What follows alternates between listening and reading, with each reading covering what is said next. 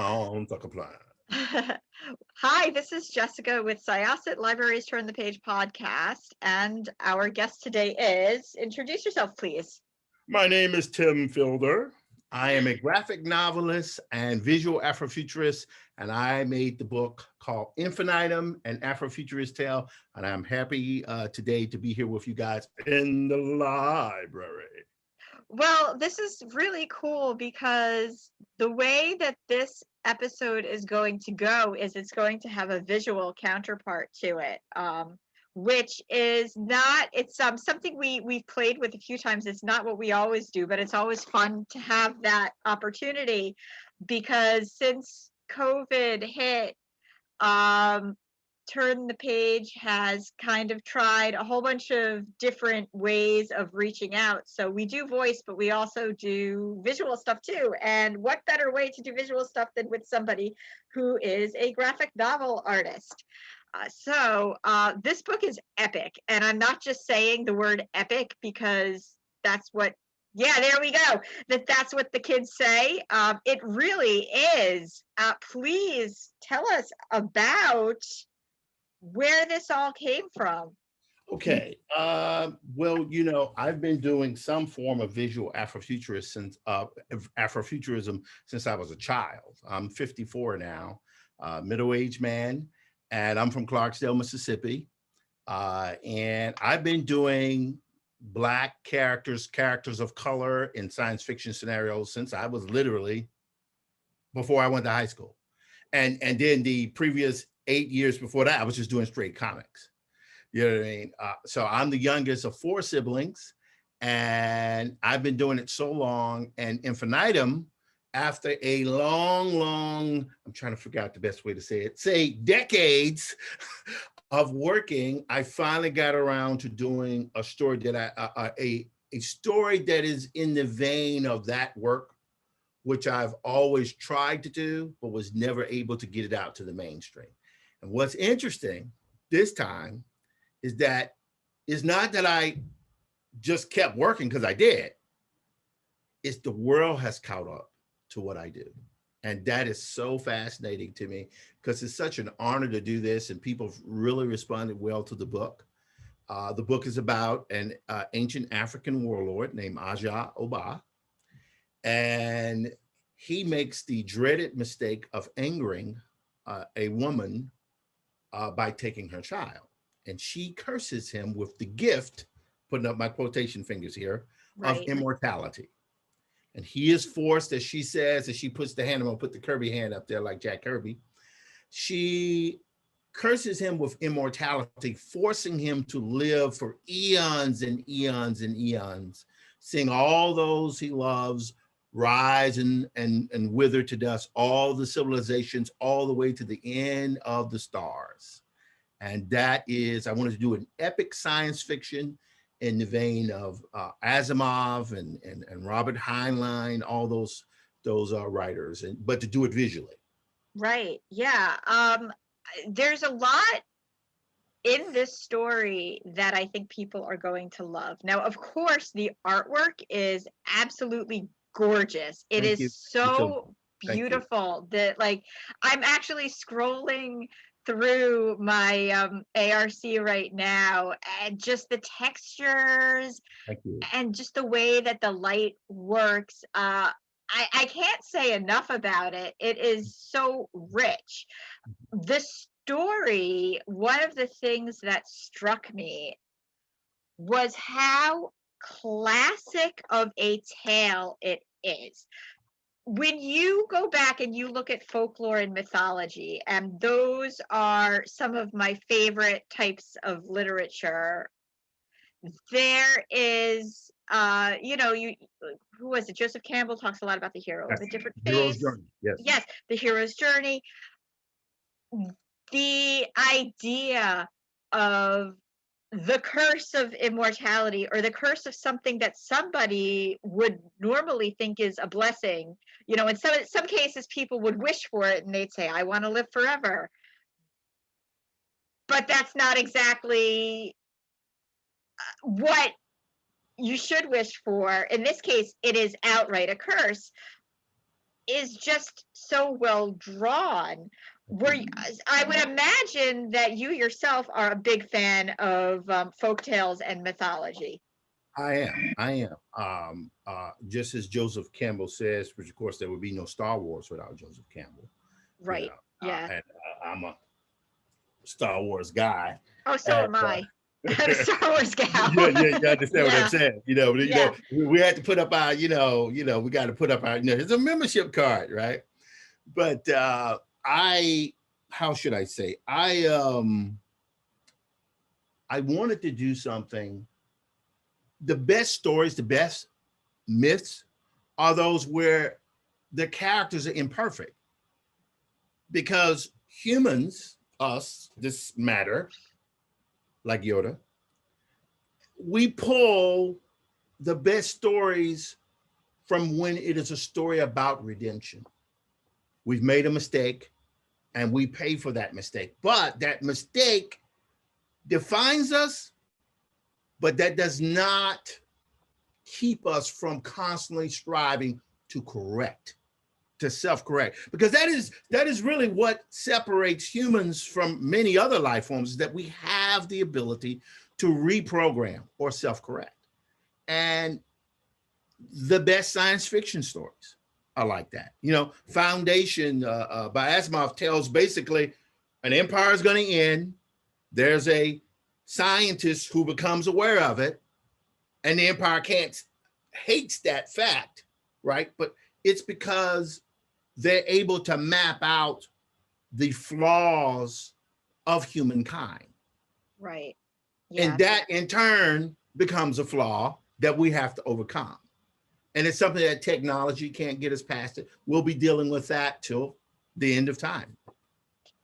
Yeah, that is absolutely true. And there's something just so haunting about the idea of there being an inevitable end to things. One of the things I think that is really cool that keeps coming up in the book is, with each era that ends, something new comes. So there's a million endings, and the way that mortality is supposed to work is that you might get to see some of them, and you might get to see beginnings of others, but you're not standing on that precipice forever. You're not like watching things pass underneath you forever. And the different things that your main character goes through, like in the very beginning, he's a warlord, and he never really loses that quality either. It's always part of something that's true to himself. Yeah. But I guess his sense of I guess arrogance maybe I will say changes. this: Go for it. being a warlord is not always a good thing. Right. Sometimes it's a very, very, very bad thing. It's like Right. a Rambo, right? That's a character, right? Yeah, he's a warrior, and sometimes he's fighting on the side of good.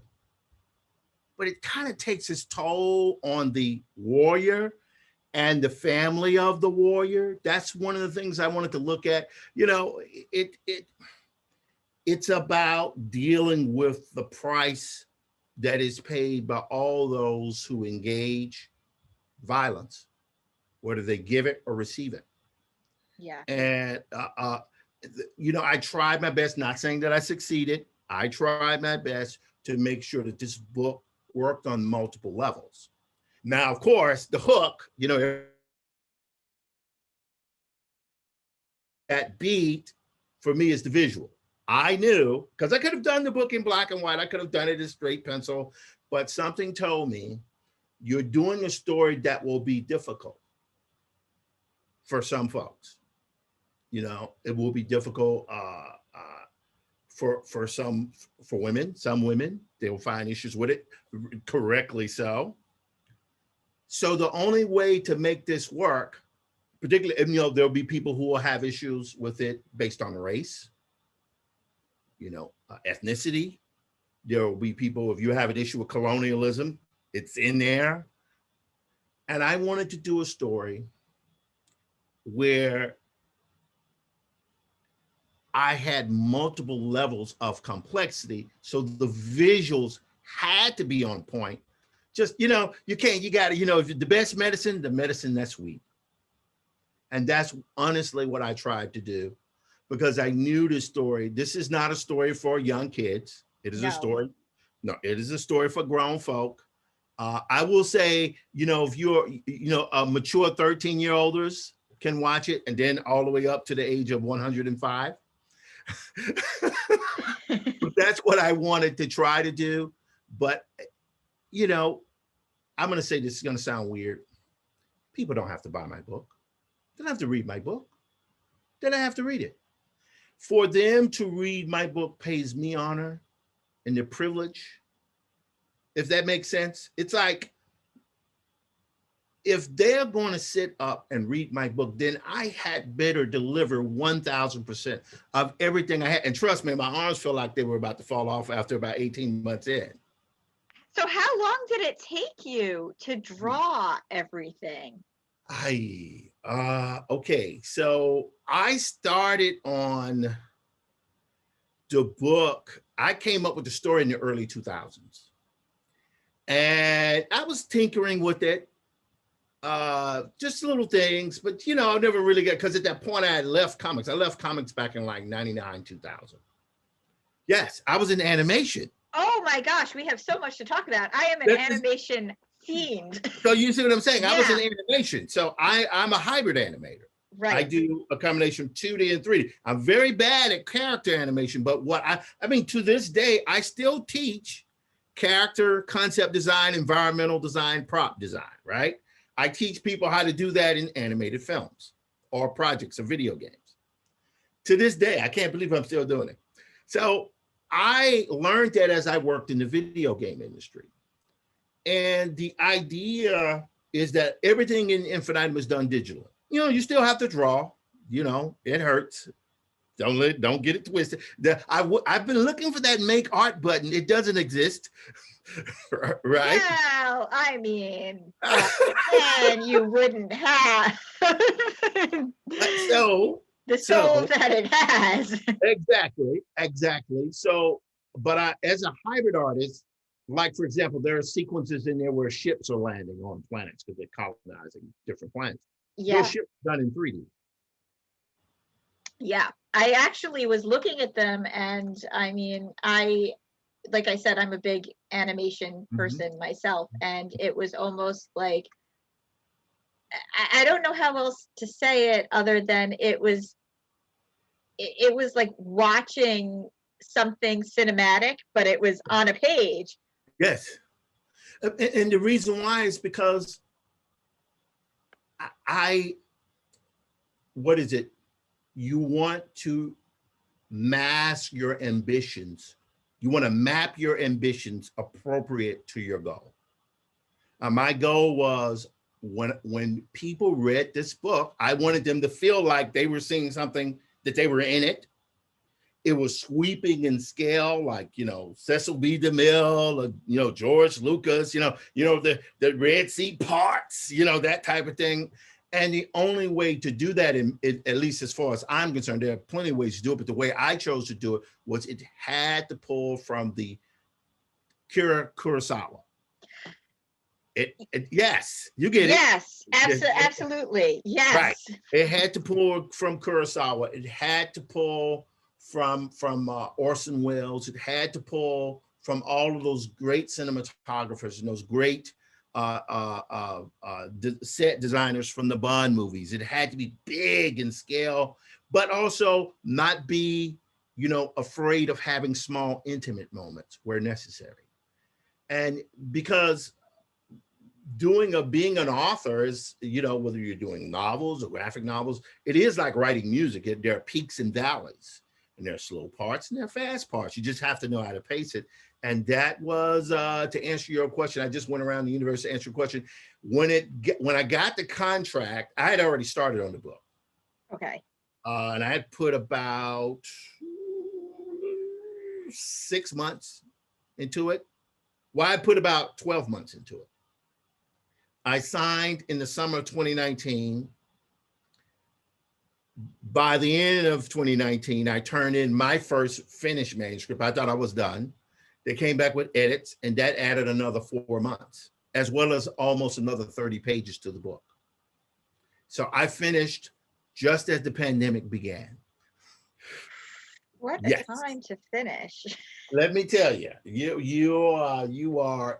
was so amazing. Now that was just the physical part, but then we would spend from March all the way till August, September doing color proofs.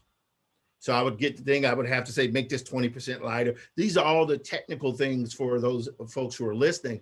It's like doing a book. It's not just drawing. You have to make sure the book is appropriate for publication. Are the colors right? You know, does the saturation look good? You know, does it convey the emotion that I wanted to have?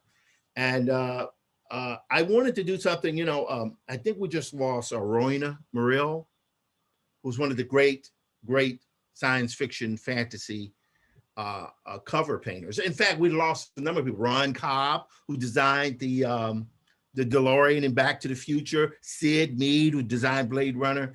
These people mean so much to me. They mean so much to my career. I wanted to do it like that. When you talk about just like those quiet moments, and also, you know, just with the spaceships, and again, you know, this is definitely going to be one of those episodes where people are either going to get it or they're not, because I am such a fan of animation and art. There is and I had to look up the name because it escaped me for a minute. Leiji Matsumoto, who has these epic, I guess, space operas, Galaxy Express 999, and you know, just the way that the animation would work in those stories, and like when the spaceships would land, and you just have like just a lot of time looking at the vastness of space and the characters. And his characters are very weird because like they've got certain things about them that you'd look at them and you'd be like, okay, that's anime, but it's certain features that are usually accentuated anime, like the big eyes, and he doesn't always use that, right. Which I always found very interesting about him. But you know, there is like one specific scene in your book where the spaceships are all landing, and I just kind of got that Galaxy Express 999 feel from it. Right. All right. So I wanted this to pay homage to this, the great Japanese designers. Now, these guys, what makes them good, this is for your readers out there, Akira by Akira Kurosawa, is started out as a manga, meaning it was a comic, a Japanese comic. Yeah. But it became arguably one of the greatest animated films of all time. And so there's an aspect to that. And by the way, it's so nice to talk to a geek. With all due respect, fellow geeks, put up your sign, put up your geek sign. There you go. There you go. Right. So it's always so nice to, they have this thing called mechanical design. So you have the character design, right? Right. But then you have the mechanical design. The mechanical design of the vehicles, the props, and there has to be a mechanical logic behind the design of the machines, the equipment, the props, but those machines, those objects also have to have character. This is why the whole giant robot motif, right? Yeah. It's like, it's not realistic, but you have to make it believable, which is a difference between realistic. I want a Gundam. What do you mean it's not realistic? No, but see, check it out. So here's what I mean by that. Not realistic and believable, there's not a huge chasm between the two. For example, Avatar, right? There's the scene at the, not at the end, where they want these basically mech bots, right? Right. Do you know there's technology out there that essentially does what those robots do? No. As soon as they figure out the gyroscopic element that allows it to be able to balance, it's over. Basically, people will be inside these giant robots with gyros on their arms, basically walking, right? So that's taking something that's unrealistic, or, you know, the idea of that, well, that can't happen yet because of the speculative nature of science fiction, but making it real because it bridges the gap between the two. And that's what I was trying to do with Infinitum. I'm an Afrofuturist, but I'm also, as amazing, I'm actually studying to become a licensed futurist now. Please tell us about that. So first of all, for our listeners, for those who don't know, please tell us about what Afrofuturism is, and then tell us about this study, because that's really cool. Right. So Afrofuturism is the intersection between when you take race politics, race modalities, and you take society, political mores, and you take technology, and you mash them together. And so what happens when those things are mashed together, the forms that come up from that is Afrofuturism. So for me, before Afrofuturism as a name was created, obviously I'm a Black American. So we've been doing this. I've been doing this since I was a young boy. So the idea of producing something and wanting it to relate to people of color is my goal, but it can apply in so many different areas. It can be applied to dance. It can be applied to TV production. It can be applied to politics. There are those who believe that Barack Obama was an Afrofuturist. Why? He saw himself in the White House, a spot that could never have happened before. When Nichelle Nichols was Lieutenant Uhura, the first primary Black character in the science fiction, played by a brilliant Black woman, actress, quit that job. She quit, but she turned in a resignation letter on Friday.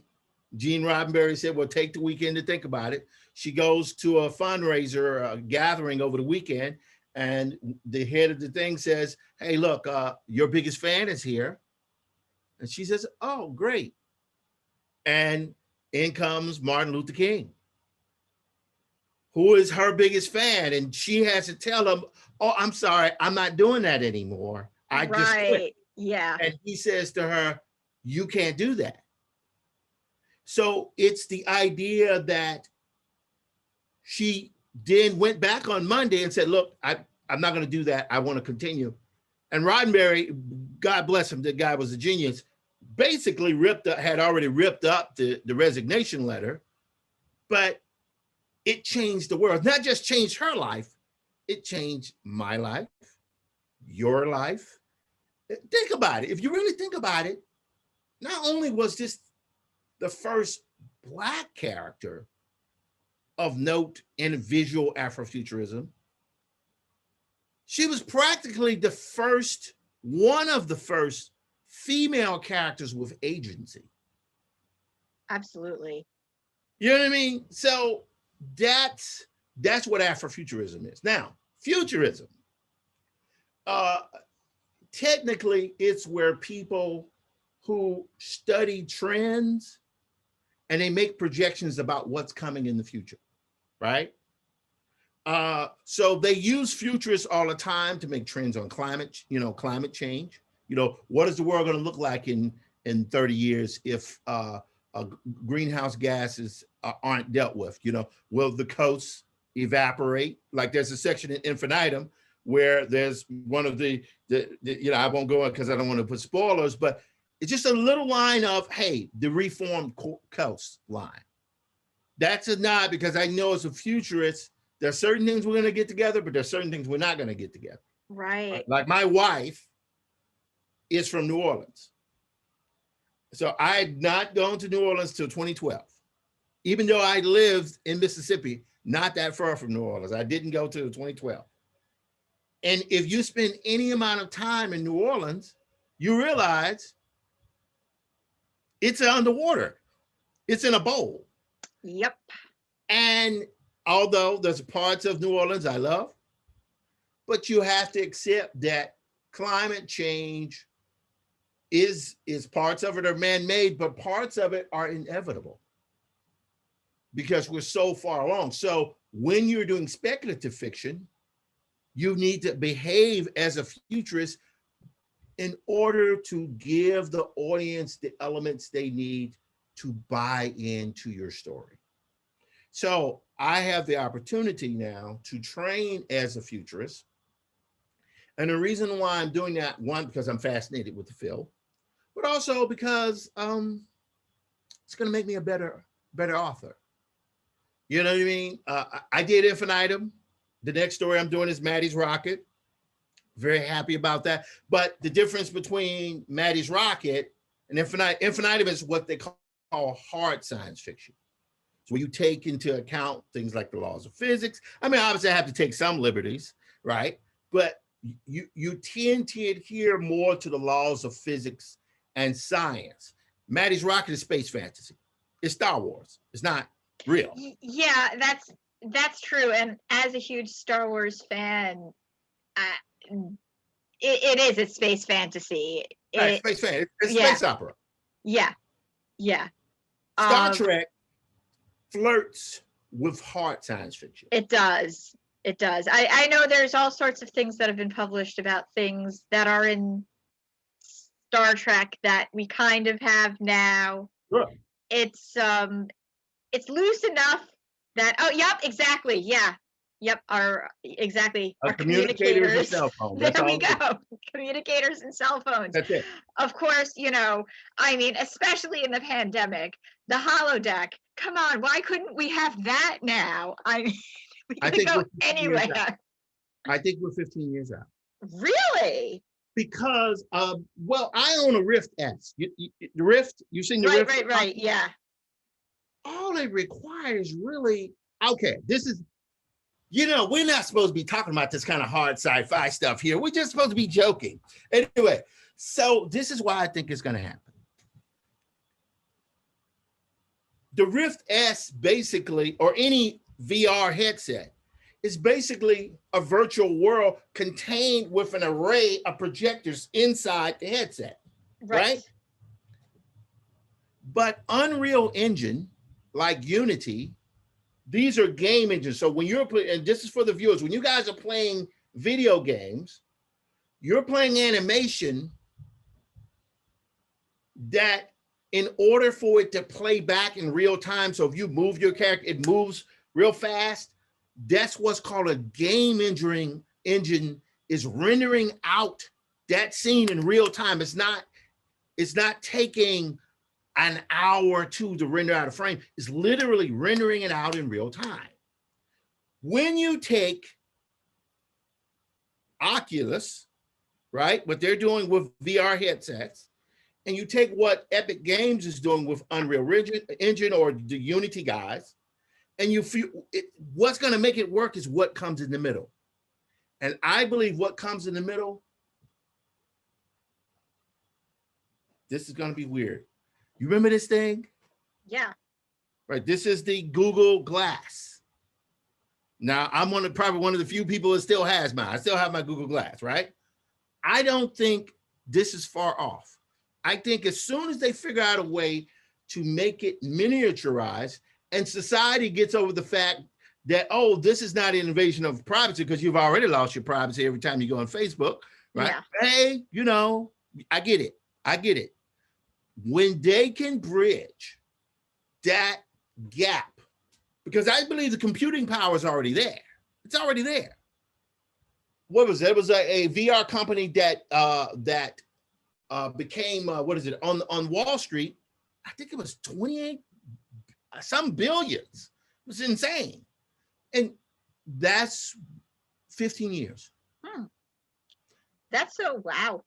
In 15 years, I'll email you and I'll be like, hey, about that. In 15 years, you won't have to. We'll say, hey, let's meet up in the coffee shop in Sector 7 of VR Land. Awesome. I can't wait. So getting back to Infinitum, you were you know, you were talking about how you've been writing this for a while and then society caught up with it. Yeah.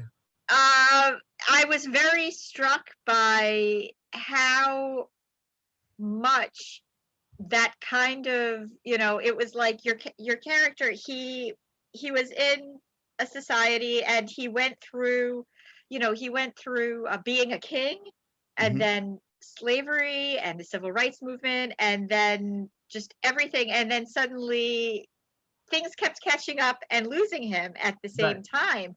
Right.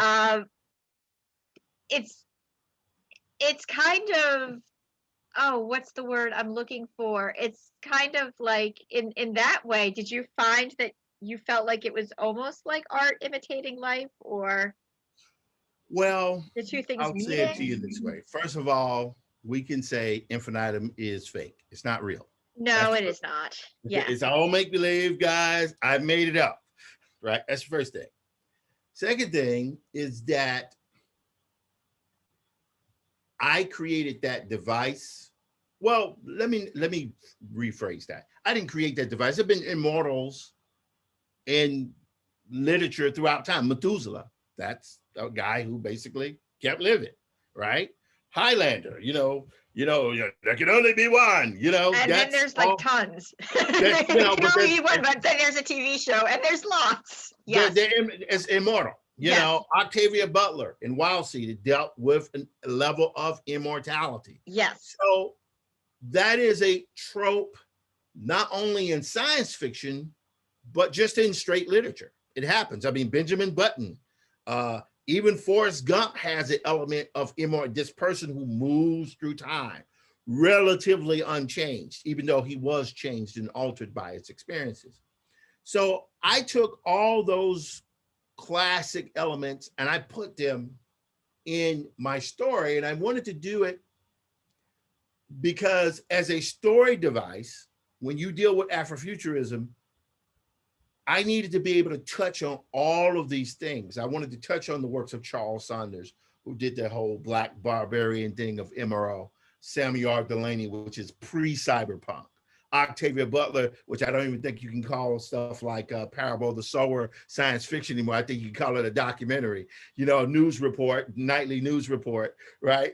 Yeah, that's been coming up a lot You in know what I the mean? podcast Make lately. America Great Again. It's all in the book. It's crazy. Did you have a time machine or something when you wrote that? So I wanted to deal with all of those different aspects. And the idea of using immortality as a story device to drop in and drop out, but to do it in a meaningful way was the objective. Now, I will say this, and this is something I told my editor as we were coming towards the end of the book. She was asking, why does the character suffer the way he does? And I've said this before, but I think it's important because we need to be realistic about what immortality is and what immortality isn't, and to just consider what the human life cycle is about. And I told her, I answered the question, I said, we're not meant to live forever. We are meant to rot and decay, providing sustenance for those who come after. And what that means is people are like, what do you mean? My body's going to decay? Yeah, in certain cases, yes. But what it really means is your memories, the thing that you represent, the things that you leave behind, that is immortality. As I think I demonstrated, I think we can admit when you read the book, I demonstrated you don't want to live forever. That would be a bad idea, right? But Yeah. the memory of you should live forever. You should strive to put your imprint on society in a positive way that society can continue. It's like Gene Roddenberry. Think about it.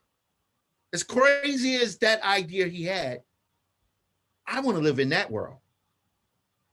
Yeah. I want to live in a world where there's equality, there are issues, but we strive to overcome them and we use technology as a positive thing. Now, that's not quite what Infinitum is. Infinitum is more Game of Thrones, right? It's definitely a lot more. It's interesting, and I know we only have a few minutes left. Okay, and I got to draw you if you give me a chance. Please, yes, of course.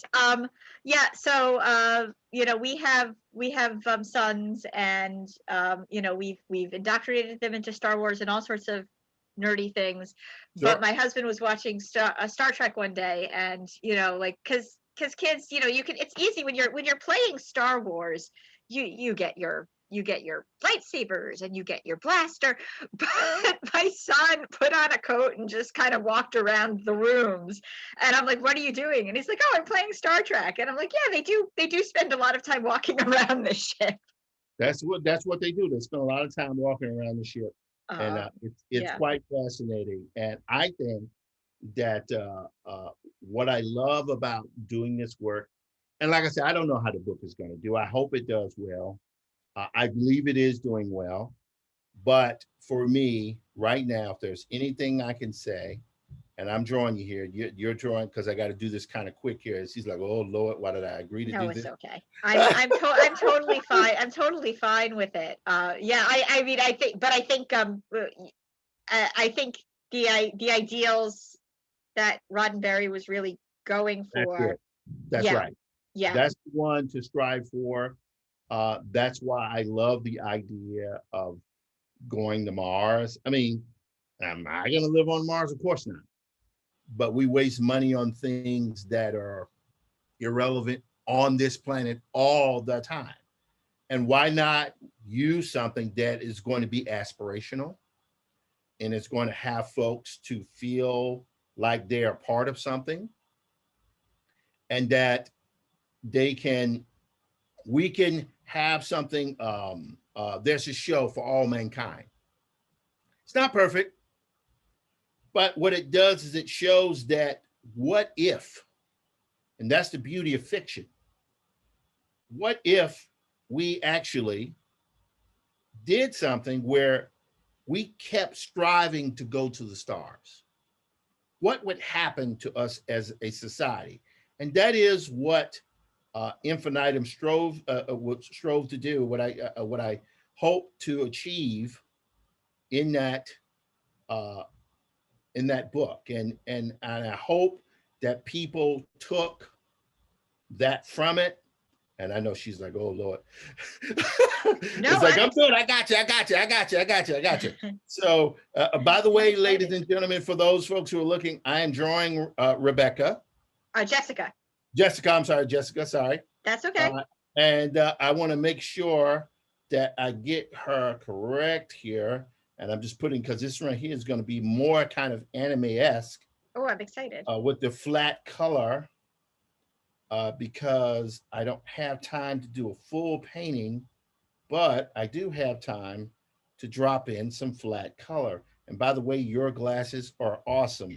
Thank you. I actually have, these were kind of I meant to get something completely not like this when I went to get my glasses, and it just didn't happen. I saw them and I was like, yeah, no, I'm going to go home with those. No matter how much I wanted something low key, these are the ones I'm going home with. All right. So we're almost done here. And I know you got to get to the desk. So I got about 3 minutes to finish this. So question, what are some, we talked about a lot of big names. Are there any small things that, like, hidden gems that you would recommend to people as, as an author illustrator yourself? Everybody knows about Akira, or they should, and and Star Wars, but what are some low-key favorites of yours? I would say I'm a huge fan of this is going to sound really obscure. There's a guy named Hiromoto Shinichi, or Shinichi Hiromoto, and he adapted years ago this book. He did the adaptation of Star Wars as a manga. I've seen it. I knew the name sounded familiar. Yeah. I love that man's work because I first became aware of him back in the 90s when he did a crazed book, and not appropriate for kids, by the way, guys, of a strip called Single Action Army, and it was absolutely bonkers. I would also say that there are a number of cartoonists of color who are really kicking much butt lately, and I would encourage folks to go out to read them. There's an author who I love her work is Micheline Hess, and she does a comic or graphic novel series called Ovenland, about a young lady who goes through her oven while doing chores into this magical kingdom. That's And wild. Micheline, yes, Micheline is such an amazing artist, but what's really incredible, believe it or not, is Micheline is one of the most innovative cartoonists I've ever seen because she now works in VR. Yes, yes, she does. She works in VR, and I think I'm going to make this prediction. I think she's next. I think she's next. I think people are going to be hearing about her, and you will one day say, you know what? Tim said this lady was going to be next. So I think Micheline Hess is next. In terms of the Afrofuturism angle, I believe that okay, let's get here. Okay. Oh, your hair is amazing, by the way. I don't know if Thank anyone's you. told you that, but Thank you. I'll just let you know, it's like, man, her hair is like red. It's incredible. But yeah, I think she is next, but I would love the work of Greg Anderson Ilese, who does a strip called Is Nana, which is awesome. My good friend Jason Reeves does amazing work, and of course, there's John Jennings just did this book with David Brame and Nnedi Okorafor, After the Rain, which just came out as well. So I think there are a number of works out there that I think that are going, and I'm just putting this strands of hair. Your hair is incredible. Thank you. So, all right, hang on, we got there. All right, and then we got this here. All right, now we're going to just drop in flat color. We're going to drop in flat color. He said, man, I got to go. We're going to drop in flat color because we have to drop in flat color. If we're without flat color, it doesn't work. Okay, we're going to go here. We're going to make that right there into a multiply layer. Yes, guys, this is how, when you're under the gun, how you have to work. Okay, now we're going to go here. I don't know if it's going to work, but we're going to see.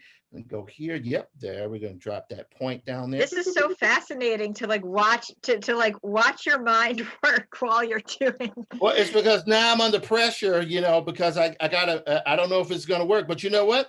There are the things where you have to throw it off to faith. You have to just have faith and just believe that, you know what? I've been drawing long enough. I believe, and even if it doesn't, just do the best that you can. Final thing as we're closing out here. Oh no, we need to drop that there. It's a little bit more right there. Okay, good. Okay. I got it. I wanted to make sure I got that color right because your hair is incredible. I'm sorry I keep mentioning your hair, but it's just absolutely incredible. Thank you. But we go here. All I can say about that is when I was younger and my parents would take me down to Florida, the little old ladies would love to touch it. They'd just come out of the woodwork and be like, "Hi, I'm just gonna." They used to touch my hair too, but that was obviously a long time ago. All right, so now we're going to put in the little gray here, not the gray in your hair, just the gray in these. Oh, I have it. It's cool. No. This is good. It's good. Go here, bing, boom, bing, boom, bing, and then you have your light lime green shirt. And we go right there, like really lime green.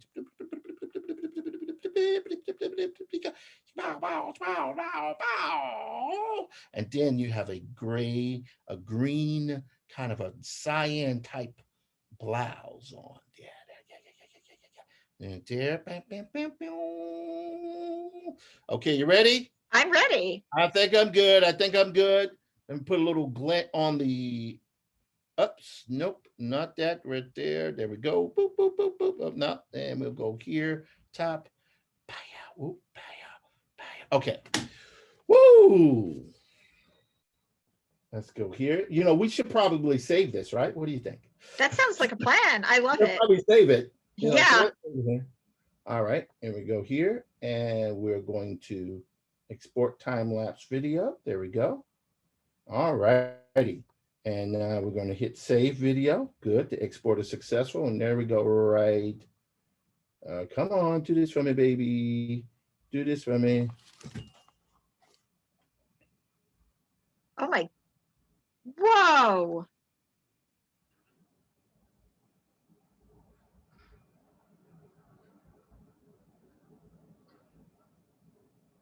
That is wild. It has been my pleasure to visit with you today. Thank you. All librarians are masters of the universe. Never forget it. All library readers are masters and masterettes of the universe. I thank you for your letting me come here.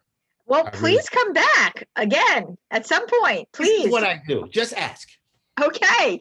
Well, and read Infinitum. It is so good. You're looking for a copy of your book. There you go. All right, and we are going to close this chapter of Turn Back to the guest before you get in trouble. Oh man, I have to. Yeah.